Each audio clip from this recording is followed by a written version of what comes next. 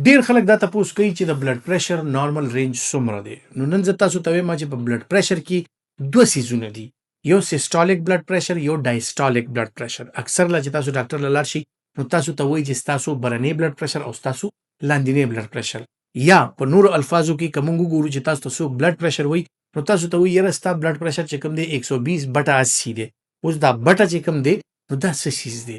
نو دې کې داسې دا چې تاسو بلډ پریشر چې کوم دی د هغې اپر لیمټ چې کومه برنی دغه وي سیګمنټ وي او بیا لوور لیمټ چې لوور لیمټ د هغې څونه دی نو دا دغسې اخیستی کېږي. ستاسو د بلډ پریشر اپر لیمټ چې څونه راشي هغه برنی څه شي سیسټالیک بلډ پریشر شي، او ستاسو بلډ پریشر چې څونه پورې لاندې پورې ریکارډ کېږي نو هغه ډایسټالیک یعنی لاندینی حصه شي. نو سیسټالیک چې کوم دی هغه د 90 نه والا تر 140 پورې یعنی د 90 نه والا تر 140 پورې دا نارمل کنسیډر کیږي. بیا دغسې ډایسټالیک چې کوم دی د 60 نه والا تر 90 پورې یعنی د 80 نه والا لس کم سل پورې دا نارمل کنسیډر کیږي.